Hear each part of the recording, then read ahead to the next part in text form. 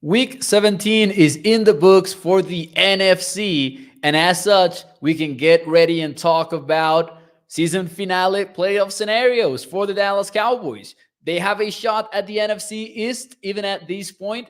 They have a shot at the number one seed in the conference, even though it sounds crazy. But tonight, we'll talk about the sneaky dilemma that brings up for the Cowboys in week 18, and we'll talk about the Tennessee Titans the win over the Tennessee Titans on Thursday, because I have not seen you guys in a while now. So I'm excited about tonight's show. We will also celebrate the new year, looking back at the top three moments of 2022 for the Dallas Cowboys. So welcome everybody into the show. I appreciate you being here. Do me a favor and hit the like button. Share the stream. If you're watching on Facebook, YouTube, or Twitter, let your friends know about A to Z Sports Dallas Primetime. Remember that every like puts this show in front of more and more Cowboys fans. So I really appreciate you if you take 1 second to hit the thumbs up. Ladies and gentlemen, let's talk some Cowboys. Let's talk some NFL. And let's talk some playoffs, because they're near. They're close. One more regular season week to go.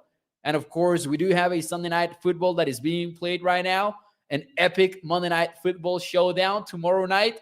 But hey, the NFC Week 17 is in the books, so I think the conversation is as relevant as ever. Welcome everyone into the show. Let's get this one started officially. Shout out to Toxic Tom. Shout out to Lumen over at YouTube. We've got Joshua on Facebook. We've got Brett. We've got Ines, David. Happy New Year, everybody. This is the first day of the year, and it is the first primetime show of the year. Let's get it. Here we go. 1, 2, and 3.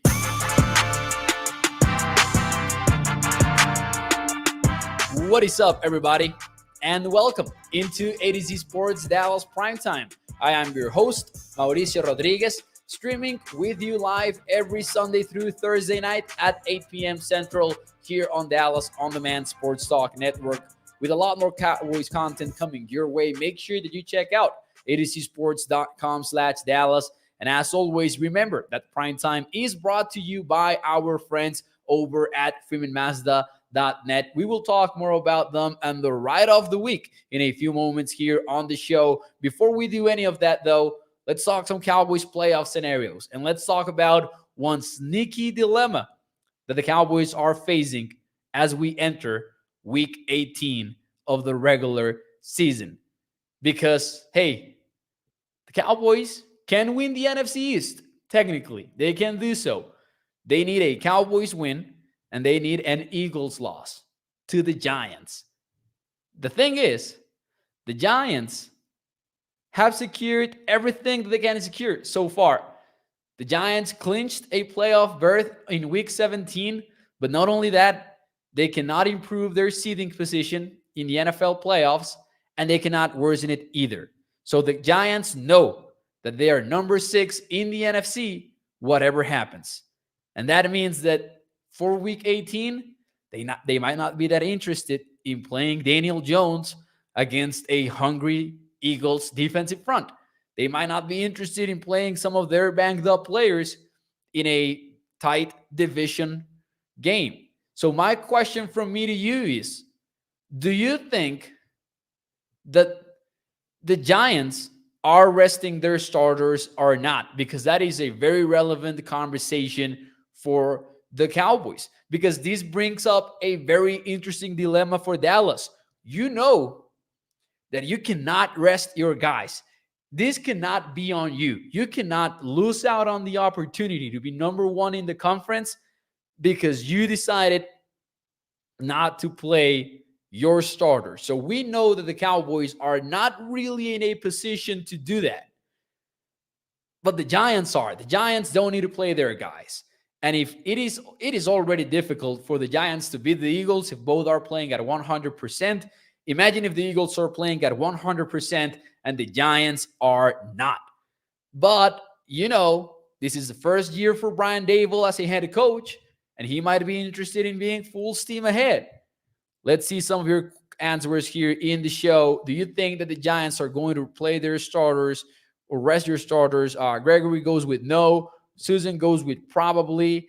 Jeffrey goes with yes. Of course they are. Says 6 to midnight. Toxic is so right here. Man, the Green Bay and Jacksonville losses hurt that much more now. Shane says, I see Dable playing his starters. It might happen. I would love that. Giants, please do it.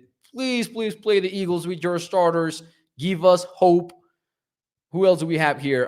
Lumen says no, because Daniel was a man. He needs to keep on heat.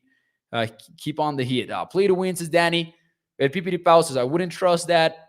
I sure hope so, says Will, talking about playing their starters. Bruce says they're resting probably. Holly says, yes, they will rest. Dwayne goes with yes. Tommy says the Giants don't want to help us.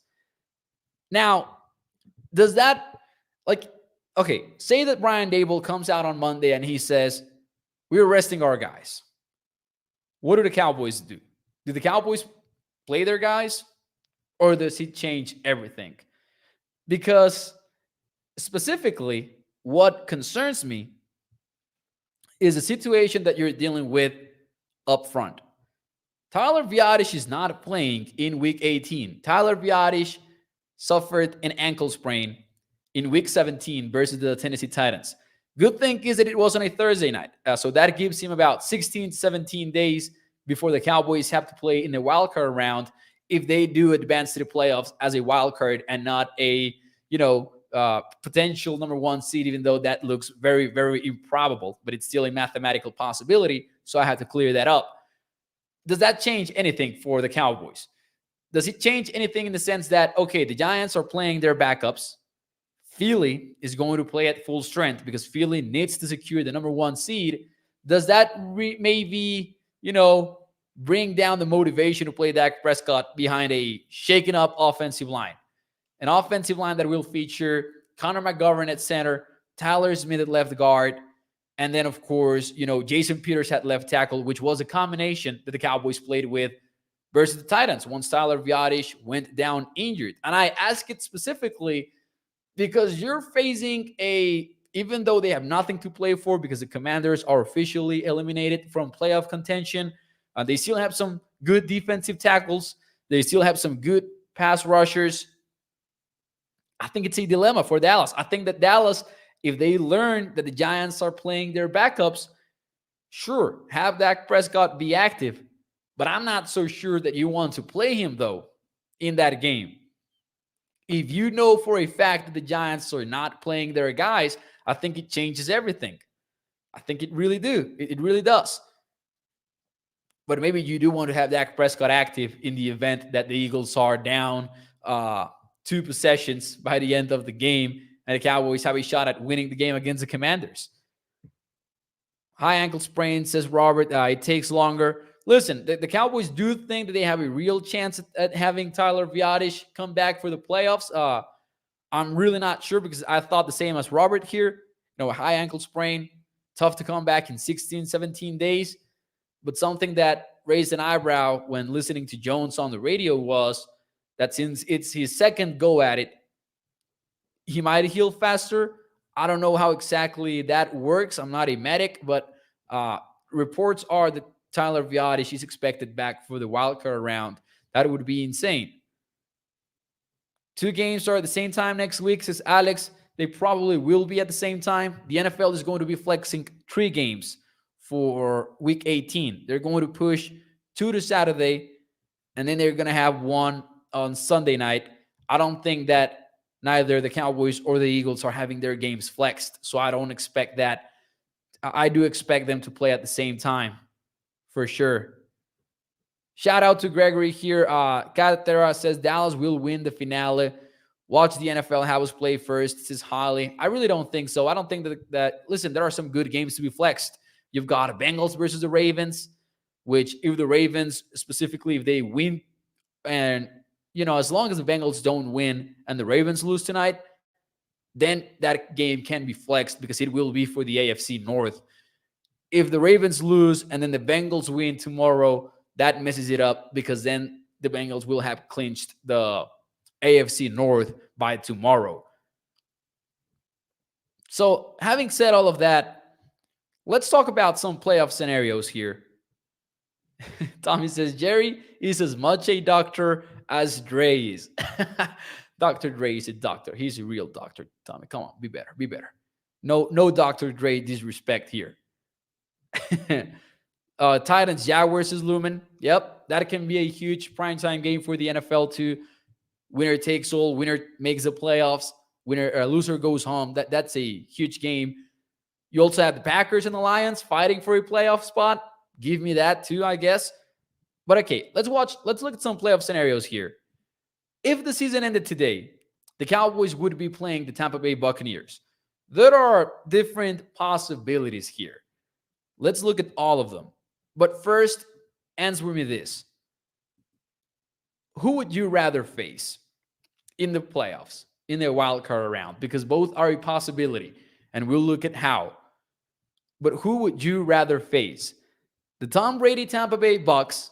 Brady has never lost to the Dallas Cowboys in his career. Or would you rather face the Green Bay Packers? We know the history between the Cowboys and the Packers. So let me know in the chat, which would you prefer? And while you do that, and before I give you my answer, let me talk to you about the Freeman Mazda Ride of the Week, because it is a 2022 Mazda CX-30 Premium. Let's get into the details. It starts at $32,130. It's got all-wheel drive. It's got heated power, memory foam, leather seats, Wi-Fi hotspot, a sunroof, premium audio, and a miles per gallon capacity of 24 when you are in the city. That goes up to 31 when you are in the highway. Ladies and gentlemen, you can check out the 2022 Mazda CX-30 Premium over at Freeman Mazda, a family-owned business for over 65 years. You get A-plus customer service. And of course, when you choose Freeman Mazda, you're choosing a lifelong partnership with your car dealer. So make sure that you go check that out over at freemanmazda.net. Having said that, who would you rather face?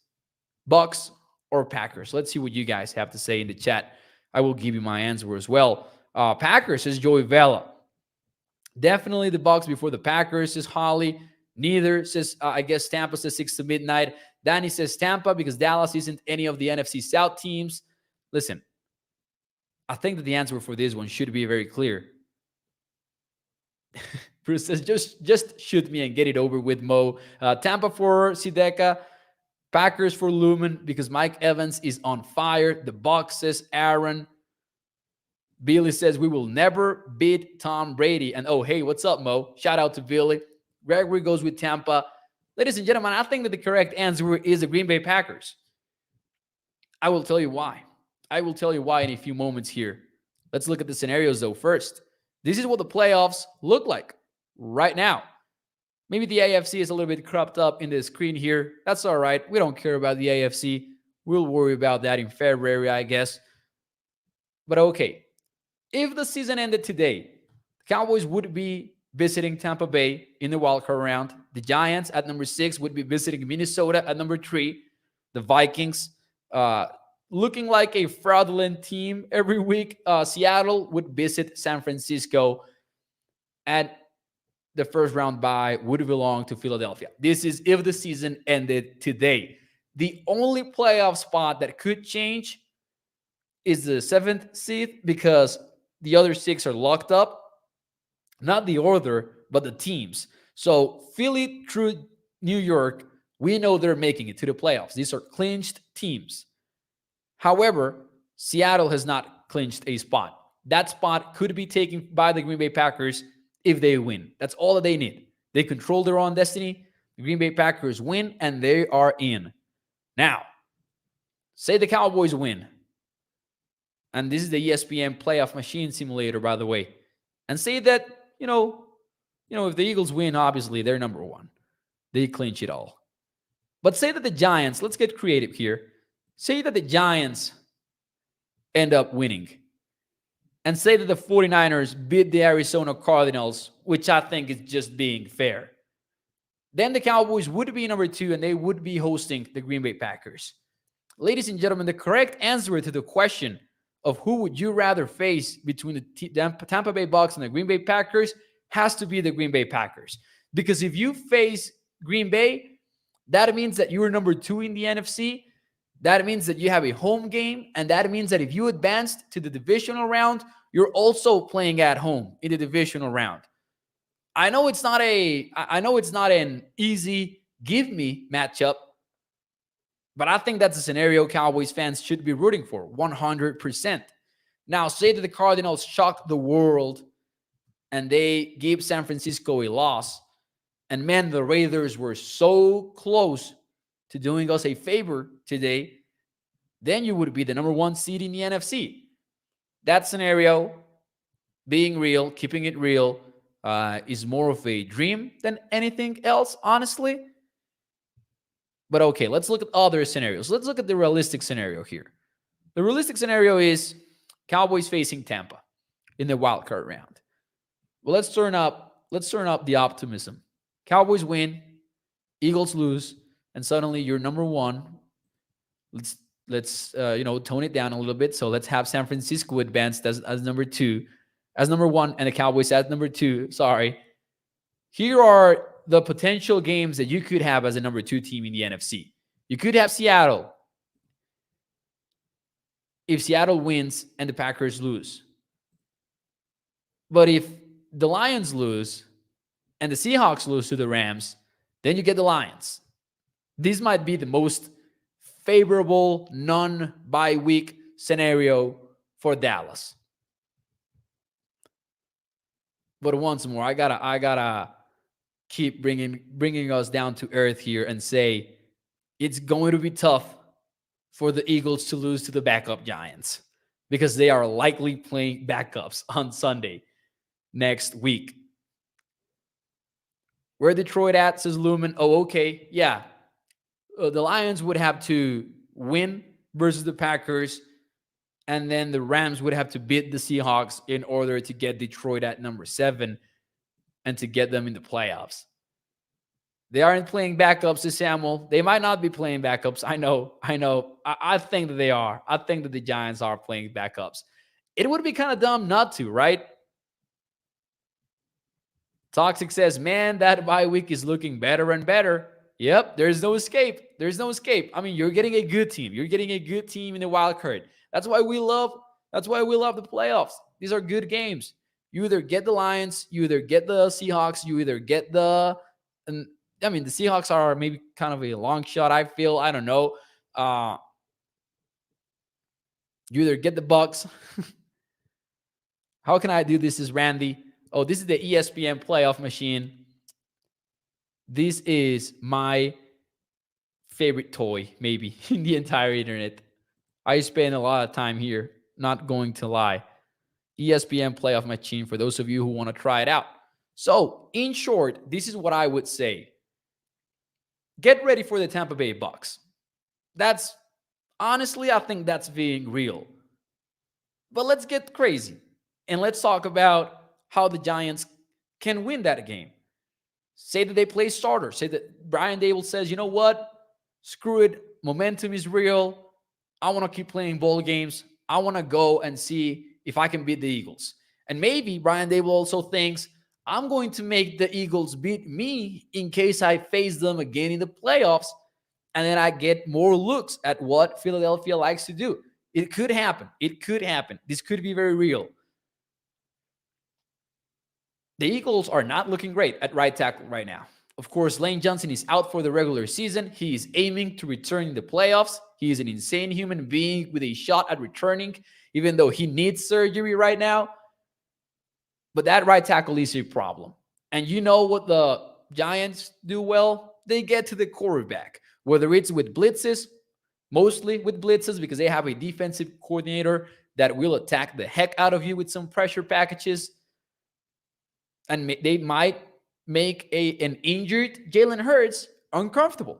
This could happen. I think that if the Giants play the Eagles at full strength, they have a legitimate shot at winning that game. For sure. We don't know how Jalen Hurts looks like right now with the injury. I think he will look fine. I think that Jalen is a very good quarterback right now, and I won't bet against him in that sense.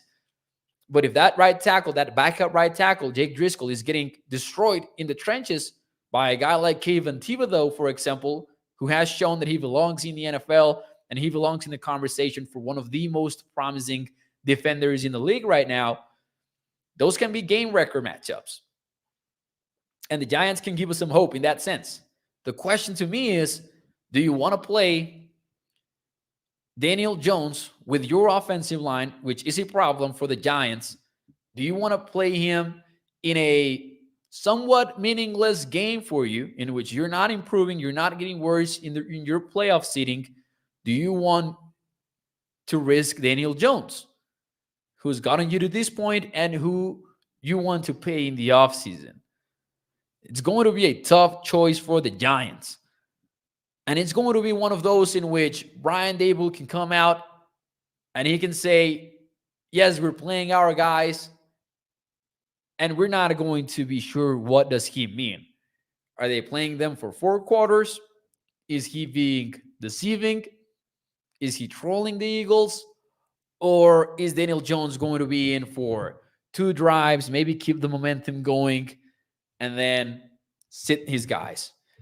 Anything can happen for the Giants, and I think that forces the Cowboys to play their guys. But if the Giants come out and they say, we're playing our backups, Dallas needs to be ready to maybe play their backups as well. Just because I'm not sure we want Dak playing behind a shaken up offensive line. I'm not sure, though. They need to at least consider it. They need to consider every possible scenario. Most likely scenario, though, Cowboys play their guys. 10-6 makes you feel better than 9-7, says Ninja. That is true. That is true. Destro says, I remember the Eagles resting their players last year against us. We smacked them. Then the Bucs smacked them in the playoffs. Giants should play their starters. Hey, hopefully. Lumen says, Giants almost got you guys, says Lumen. Mike Lennon probably blow. Oh, man. Bruce is going savage on Mike Lennon. Mike Lennon's neck is 40% of his body. This is toxic. Come on, man. They're calling Mike Lennon a giraffe in the comments. That's mean. Starters still need to play and get better. Defense too, says Stephen White. I do think that this will come down to what is Brian Daboll's belief as a head coach. Because right now, we don't know. It's going to be fun. It's going to be fun trying to figure that out. But for now, the Cowboys have a shot at the NFC East. And I think that if the Giants want to play, if the Giants really want to play, I think they have a shot at the Eagles, man.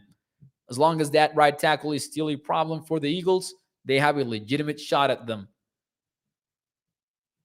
The number 1 seed is difficult because Arizona is bad. They are bad, and they're playing the 49ers, and the 49ers are good. So the number 1 seed is kind of tough. But if the Cowboys can get to number 2, they're still going to face a killer team in the playoffs, but they're going to be playing at home, and they're probably going to be playing at home in the divisional round too. Hey, do me a favor and listen to Dwayne Brown here. He says, for every person that's watching, hit that like button, get the likes up. Let's help the channel out. Thank you to Dwayne. Everyone, thank you for being here, by the way. I appreciate you. Do me a favor, hit the thumbs up, and let's get this show in front of more Cowboys fans. I would appreciate that a lot. Anyways, let's move on a little bit here, and let's talk about what happened on Thursday, because I have not seen you since then. I have not seen you since the Cowboys played the Titans. They beat Tennessee. It was somewhat of an ugly game. We're kind of getting used to saying that when the Cowboys don't win like they did versus the Minnesota Vikings. There are a lot of bright spots, though, to talk about that game. There are a lot of bright spots. So my question from me to you is, who was your bright spot in the Cowboys' 14-point win over the Tennessee Titans last Thursday night? What was your bright spot of the game? Let me know in the chat. Dak Prescott threw 2 interceptions. One of them was 100% on Peyton Hender's shot.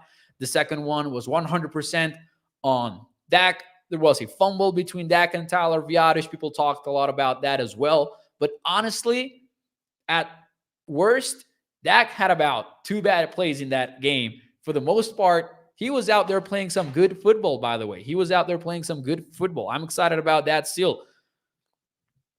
Let's see. Toxic. This is the This is the classic joke around these days. Toxic says, Mo, come on. That game was last year, man. Stay stay current. T.Y. Hilton says, Danny. T.Y. Hilton was a big time positive. Loving the addition of T.Y. says Mark. Byron says, how old is this boy? I had not gotten that question in a while now. I appreciate it. Shout out to Byron, 23 years old. I know I don't look like 23. Davis says, AJ Jones. How about Malik Davis, though? I thought about picking him up in fantasy. I did, but I left him on the bench just because we didn't know what the plan was for that game. Micah Parsons is Canterbury Jones. How about Micah? He got 6 pressures in that game. 6 pressures in for Micah, and then he got 2 defensive stops, if I'm not mistaken, according to PFF. And then Marcus Lawrence also showed up, by the way, in the game. There were a lot of defensive standouts within the front 7, in my opinion. And in the secondary, of course, Deron Bland keeps doing his thing. Nashawn Wright was kind of a problem. I will say that. Not that excited about Wright after that game. And we've never been that excited. We know that there are some question marks at outside corner for Dallas. 10 targets for Nashawn Wright. 7 were catches. One of the 3 incompletions was a drop by the Titans. There was a good play in there, though. Let's see. CeeDee Lamb, says Peter Rizzo. CeeDee Lamb has now 3 consecutive 100-yard games this season. He is killing it. He has over 100 catches, too, for the year. And that puts him in the conversation with some historic figures within the franchise. Brett Maher says El Pipiri Pau, also as a positive. Dalton Schultz says Harold. And let's tie it all up, because I agree with Harold here. 2 touchdowns for the tight ends. For the tight end. That is definitely something to talk about, especially because one of them was an insane catch. The other one had us nervous because we had already seen some drops in this game, and then Dalton Schultz kind of bubbles it in the end zone. And for a split second, I'm sure Cowboys Nation was like, oh, come on. Not in the end zone, Dalton. But then he did bring it down. And then the second touchdown was just an insane catch and an insane throw by Dak as well. But here's the thing. When we're looking at the positives, and this is what I wanted to get to, and I know that the Titans were playing a lot of backups, I know, but this has been more or less the case for a while. When we're talking about the number 1 wide receiver being a positive, the number 1 tight end being a positive, and then T.Y. Hilton, who I'm not sure where does he rank right now. I'm not sure if we should refer to him as wide receiver 4, wide receiver 3, wide receiver 2 even. Some people will make the argument for wide receiver 2. But when all of them are positives, then you have a very good reason to be excited, because it means that your offense is kind of killing it. They are kind of killing it on offense, guys. I know that there are turnovers. I know that that is worrisome. But also, when you look at efficiency, and efficiency stats include turnovers, then you're talking about one of the most efficient teams in the league when you talk about efficiency. And I think that's exciting about the Cowboys right now and where they stand. T.Y. Hilton is good, by the way. He got 5 catches in this one. And 3 of those catches went for first downs. He is becoming the weapon on third down. I mean, he already got a 3rd and 30. Why not? My question from me to you is, what is T.Y. Hilton right now? Is he the number 1 guy? Is he the number 2? Is he number 3? What is T.Y. Hilton right now? Where does he rank at wide receiver? Because you might be surprised, but T.Y. only played 28% of the snaps last Thursday. One thing to me is clear. He needs to play more. Like, he needs to play significantly more. That guy needs to get 50% at least of the snaps. 50% at minimum. I think it's time for him to be number 3 at least. I'm not sure if I'm ready for him to overtake Michael Gallup, just because we have seen little from him. Once more, he only played 28% of the snaps last week. So I'm going to make him my number 3 guy. But, man, get him more involved. When you run out in 11 personnel, make it Hilton, Gallup, and CD. Not in any particular order. Don't worry. I didn't make CD anything other than number 1 with that statement. Don't worry. But have those 3 guys on the field. Let's see some of your answers. Brett goes with 2. Michael says that TY should be 2. 2 for Roger. Number 2 for Gregory. Number 3 behind Gallup, says Danny. Number 2 for Catherine Jones. TY says, Dwayne says, TY is 1B, and then Gallup is 1A. Solid 3 is 6 to midnight. 3-ish, almost second for Bruce. So the one thing that is clear is that no one is making TY the number 4 guy anymore. I think we're past that. I think we really are. And what the Titans game gave us was more looks at TY other than just that 3rd and 30 absolute bomb that we saw versus the Eagles. We saw some crossing routes. We saw one of the first downs at T.Y. Hilton go 24 yards after the catch. T.Y. has wheels. Like, even at 33 years old, the guy is fast. And he's a difference maker on that offense. He can stretch the field vertically, horizontally. He is a weapon, even though he is not in his prime anymore.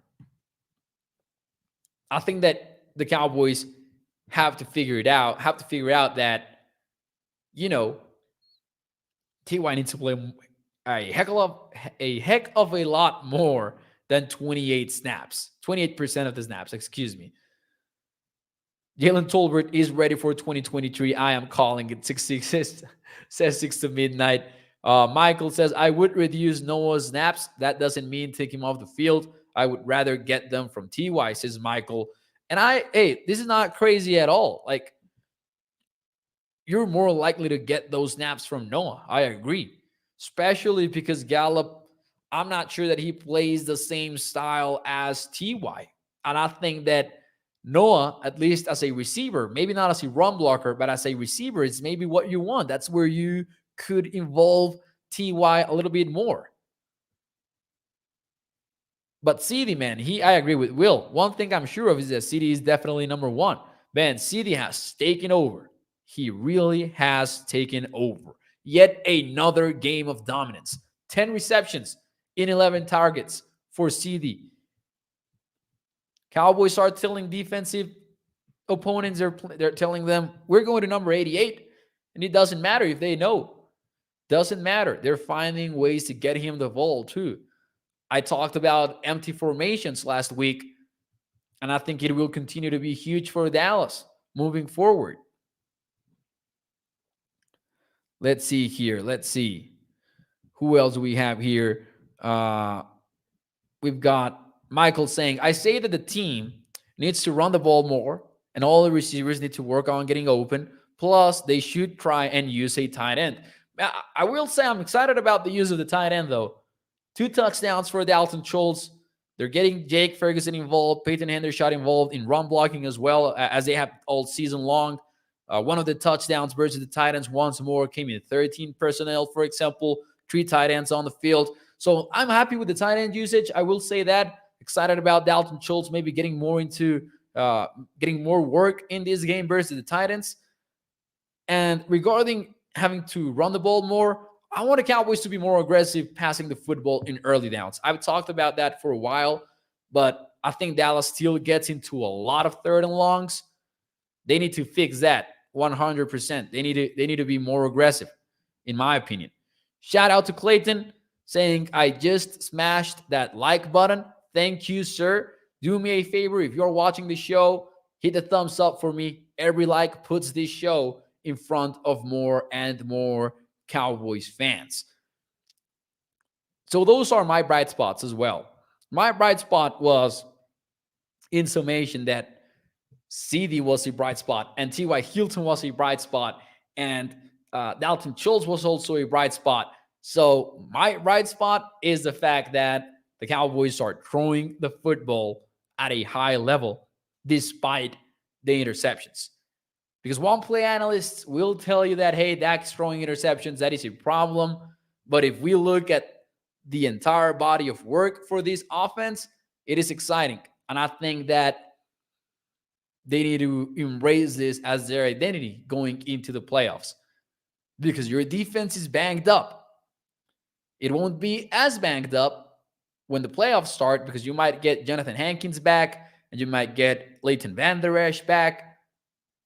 But that corner room is not. Hey, by the way. There was a play in which Jaron Kears was banged up, Malik Hooker was banged up, Nashawn Wright was banged up. There was a point in that game versus the Titans when I just wanted it to be over. Like, I didn't even care about the style points or anything like that. I was just, let's just get home. Let's get everybody home safe. Because the Cowboys are really one injury away from disaster in the secondary, especially at cornerback. Like, the fact that we were concerned about Nashawn Wright having to exit the field temporarily before returning to action really tells you all about where the Cowboys stand at corner. We know that Nashawn Wright is not great right now, but we know that's the best you're going to get, probably. Ooh, that's an interesting one, Toxic. He says, Mo, I wonder if Byron Jones gets cut. Does Dallas bring him back in 2023? That's an interesting one. I don't know if you're Dolphins. Dolphins are struggling defensively. You could cut him because of salary cap reasons, obviously, as always. But I would love that. I would love Byron Jones back in Dallas. I think that he can seal play. And you don't need him to be a number one guy because you already have a number one guy. I wouldn't be opposed to that. Somebody also talked about Dexter Lawrence. I'm not entirely sure what Dexter Lawrence's situation is, but if he's available, do I think that the Cowboys should be interested? For sure. Dexter Lawrence is one of the best defensive tackles in this league. So I'm always going to say yes to that. Anyways, ladies and gentlemen, let's move on before we get out of here and before I let you enjoy the second half of Sunday Night Football. If there is something to be enjoyed about that game, I'm kidding. I do like the Steelers. I think that they're doing a good job lately, and I would love to see them make a push for the playoffs because they're not eliminated yet. If they lose, they are. But if they win tonight versus the Ravens, they have a shot at winning on Week 18 and then having like 2 other games go their way with very realistic possibilities, and they could make the playoffs. That would be crazy. I would like to see that personally. But okay, let's move on here before I go. Happy New Year, everybody. It's 2023. My question from me to you is, what was the best Cowboys moment of 2022? There are some candidates. There are some worthwhile candidates for this question. What was your best moment for the Cowboys in 2022? Let me know. Let's see what kind of answers we can get in the chat. I think that we're going to get some cool ones. I have a top 3 for you. Danny goes with Christmas Eve, beating the Philadelphia Eagles in an absolute shootout. That's a good one, Danny. Oh, come on, Toxic. He's just trading Cooper for a 5th rounder. That ain't it, Toxic. The Vikings game, says Gregory, 40-3. Dak coming back for Amanda. That was definitely a special one versus the Detroit Lions. Cooper, says John Chase. I assume referring to Cooper Rush. So, yeah, I agree. Cooper Rush was awesome. Beating Philly for Gene Sos. Cooper Rush going 4-1. Using TP Moore, says Dwayne. Tony Pollard. Cooper Rush going 4-1 for Mark Aaron as well. Brett goes with the Vikings game. Let's see. Finally whooped the Eagles. Let's see. Is there any way we can be the second seed, says Randy? Yes, there is, Randy. And I explored it in an earlier portion of the show. In case you want to go check it out. Technically, it is winning the NFC East and having the 49ers win as well next weekend. If the 49ers lose and you win the NFC East, then you're the number 1 team in the conference. Back to the moments, though. A lot of Vikings and Eagles answers. I love that. But Dak's 3rd and 30 completion, says Michael. I like that. You will see why in a few moments here. Addressing our kicker issue. Mark, this is a fun one, Mark. Mark says the whack-a-mole celebration. That's awesome. Holly says Mike McCarthy saying that he wasn't going to overcoach Dak's interceptions. Like that too, because I like those comments by Mike McCarthy, putting trust in Dak Prescott and saying that he's not too worried about that. Here's my top three in reverse order, because this is in reverse order for me. I agree with Michael. To me, the 3rd and 30 completion was so poetic. It really encompasses a lot of stuff. The Eagles win, the T.Y. Hilton edition, and a moment for Dak Prescott in which we all went like, oh, Dak Prescott is him. Like, he really is him. Also including Micah Parsons' touchdown versus the Chicago Bears as a way to honor Micah's season, which has been insane. I don't think that he's winning Defensive Player of the Year, guys. I hate it, but I think that it's going to go to Nick Bosa. Closed out the game versus the Raiders today, so he had that kind of storyline moment as well now. But give me Micah returning the touchdown versus the Chicago Bears, one of the moments of the year. And then Cowboys beating the Bengals in week 2. That was the start of the Cooper Rush 4-1 streak. And I think that it was a moment that we all thought, okay, this team might actually be for real, because you went ahead and you beat the AFC champion. And the Bengals, even though they struggled early in the season, are a good team this year. So that was one of the moments of the year for me. And I even used the picture specifically of the ending of it. Trayvon Diggs, after years of, not years, but after his tackling being the most criticized aspect of his game. And then he has a game in which he closes it out with an open field tackle. So one of the moments of the year for sure. When the season ends, we might go week by week and talk about the best moment of the game. I was going to do that for this segment, but I said maybe we could save that for later in the year once the season is over. Hopefully until late February, though. Wait, was this NFL 22 year or calendar year 2022, says Toxic Tom? Calendar year 2022, for sure. I'm good with the 5th seed, says Andres Garcia. Go Cowboys. TC on drum says Micah needs to play more linebacker for real. Doesn't seem like the Cowboys are leaning that way, though. I will say that. Seems like the Cowboys are good with Micah at edge rusher full time. But anyways, ladies and gentlemen, that will be it for me tonight. First show of 2023. Hope that you guys enjoyed it. I will see you tomorrow night at 8 p.m. Central. Now, since it is such a huge game between the Bills and the Bengals, and I'm sure everyone wants to tune in and watch it with attention, we might start the show a little bit later, maybe like 8:15, 8:20-ish, to get in that, late in the second quarter, and maybe extend ourselves into the halftime show and all of that. So stay tuned for that. Not entirely sure when it will start, but it might start a little bit later than usual. Just be ready for that, especially because they're calling it the biggest Monday Night Football in decades. But we will have something to talk about for sure, so make sure you tune in. Do me a favor, hit the like button, share the stream. Thank you for tuning in. Prime Time, as always, brought to you by our friends over at FreemanMazda.net. Nos vemos mañana. Adiós. Bye-bye.